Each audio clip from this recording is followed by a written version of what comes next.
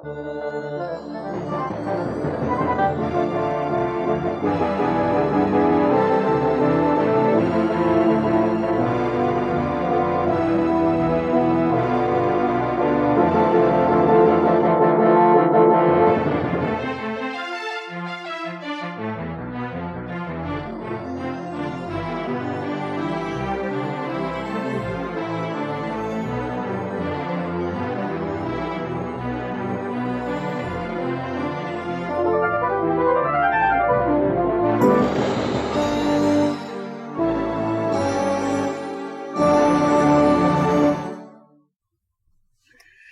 everyone, I'm the dad. I'm the daughter. Okay, let's try that again. We gotta work that out. I'm Dean, I'm the dad. I'm Laura, I'm the mom. I'm Krysta, I'm the daughter. Hey, and together we are Family Plot.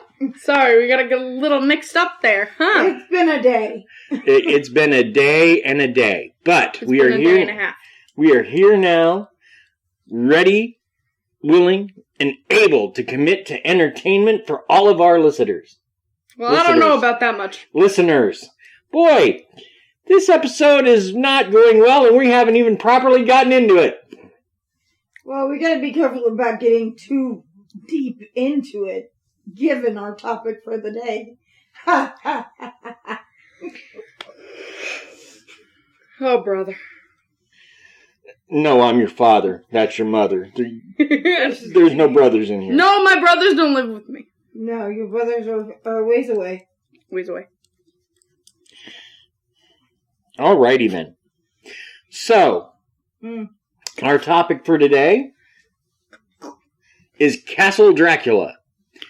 Although, since Castle Dracula is really a fictional place, it's really Poenari Castle is the name of it. And it is the castle that was occupied by Vlad the Impaler, thus my terrible pun previously mentioned. Yes. Vlad Tepes, also known as Vlad the Third and Vlad the Impaler. Fun guy. And I'm not even talking to mushrooms. Ha ha ha ha. Oh, they're ruining my jokes. Hey, I want full credit. I'm ruining your childhood. Ah! Well, I mean... No? So, let's talk about an overview. Well, Vlad Tepes is the character behind Bram Stoker's creation of Dracula. They share a name because Vlad Tepes was also called Vlad Dracula. In fact, he signed his correspondence Dracula, or Dragula, but close enough.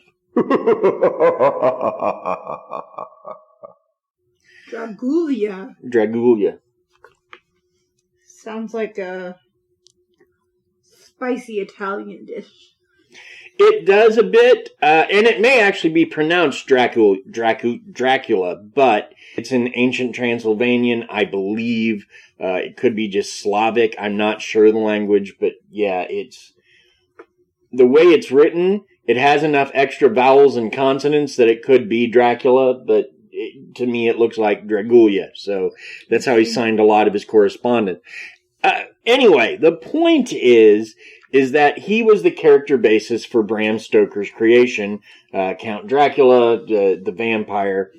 And Poenari Castle, in particular, is a very haunted place. So we're going to talk about Vlad himself a little bit, his life and times. We're going to talk about the castle's history, and then we're going to talk about the things that are still residing there, because you can't really call them living there anymore. Well, yeah. Was that an "I" or did you actually just drop an "I"? Yes, I did! Yes, I did. Yes, I did, sir. That was spicy. How dare you? She's expanding you evil being for her. I'm trying to get into this, Barrett. Like you would do every day. You are a spirit. All right, let's go. Let's go. Let's talk about... So, a brief overview. In the 1400s, which I believe is the 15th century? Yes, 15th century. That's when Vlad III lived and caused all the problems he caused. And he did. He caused a lot of problems for a lot of people. But... It was a minute ago. But the Transylvanians loved him. They revered him as a hero. And that's something that even today still exists. And that's when the Soviet dominated the Romanian government, which... Who is that? What part of people is that? What? Soviets? Yeah. Okay. The Soviet state begins with Russia, but there's other states that are part of it that are also Soviet, that they took over. They took over Transylvania and they renamed it Romania. So, and as part of that, they did a lot. If they were to say take over here, right? One of the things they tend to do is pour water on local heroes. And by that I mean they do their best to dumb them down and to water them down. And so when the Soviets controlled Romania, they really did their best to trash Vlad. But the people he's still beloved of the people there. Because he sort of kind of is their guy. He's kind of a jerk and kind of an a-hole who does what he wants. And he took this castle for his home, and he stayed there quite a bit when he wasn't fleeing for his life. Well, you know, you can only put so many people on pikes before they... Well, that, and he kept running afoul of the Ottoman Empire, and the Ottoman Empire was huge, and they didn't sell furniture, believe it or not. They were... I was going to say, good for putting your feet up. No, they didn't sell furniture. Mostly what they sold was death. Weaponized death. Well, you know, somebody has to. And, so because they were powerful and they had a much larger pool of manpower they could draw on, it was almost suicide to go up against them. But Vlad did it successfully for many years. Okay. So... this is the story of Vlad himself, his history, in which we will go into, and his death, his eventual death. It's a story of his castle and the things that still reside there to this day. It's important, though, we talk a little bit about Romania. There are parts of Romania that are as modern as anything in the world. In fact, some of the cities in Romania are very cool because they have this classical sort of medieval or Renaissance architecture, but it's very gothic and it's very dark and it's very beautiful. So things like that. They're so pretty. Yeah. So Romania is a beautiful place as far as tourism goes, but it's one of those places that still holds on to the old ways. Like as recently as within the last 10 years, a group of villagers dug up a body and beheaded it because they thought he was a vampire. Well, you know. What? Why? Why not, you know? Just because? Probably because illness was going through town.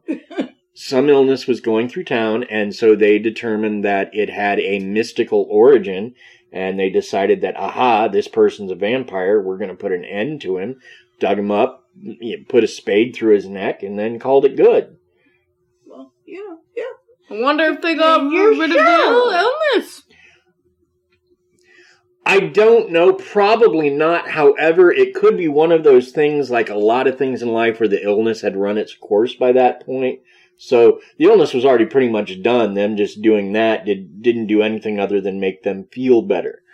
Not like more healthy, but rather like they'd done something to protect themselves.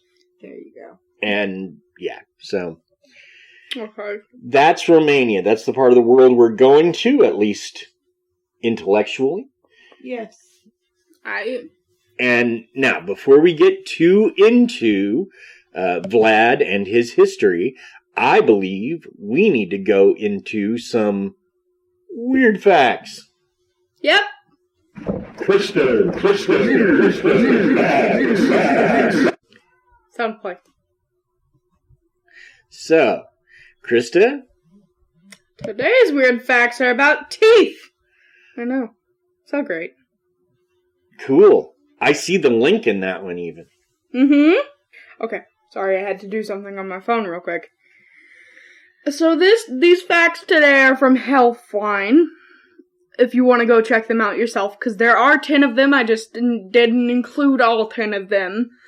Because, it's 5 facts. It's not 10. Don't make me do more work than I have to. Fair enough. So what are your facts, Krysta?